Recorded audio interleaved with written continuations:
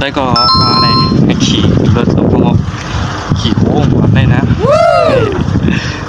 ก่อนละกาในcái nàyขี่เนื้อคูลงเจียงไหนงอนออกมาได้ลงได้ก็พยายามขี่ได้อะมือเลี้ยวในเด็กๆกว่าที่เขาลงพักในว่าทำมาได้ก็ตีถึงเอาก่อนว่าได้ก็หอมบอกไก่ก่อนนะจำไว้มือได้อะไรว่าพักกระหล่ำได้ก็นำไม่งอนได้นะบ่นำนั่นกูว่าน่าได้ก็ย้อนว่าราคามันก็มีถอยมาใส่รถ10 ล้ออยู่ทั้งจอกทั้งบนนี่ได้ก็เมืองไทยนะเขาอยู่ในเหตุการณ์จังไงได้ก็หาบ่ละเฮ็ดเจ้าก็อย่างนั้นก็1 โมง 2 โมงปื้อกระหล่ำเจ้านี่ก็ขึ้นมาต่อเกี่ยมหมักผิดว่าได้ก็ว้าว หมักผิดโลกมันยาวๆนะครับพอเห็นหมักผิดสูงเนี่ยออกหวานเนาะอะไรได้ลายเก็บมันผมอยากมาให้เลยก็ตืดใส่ใน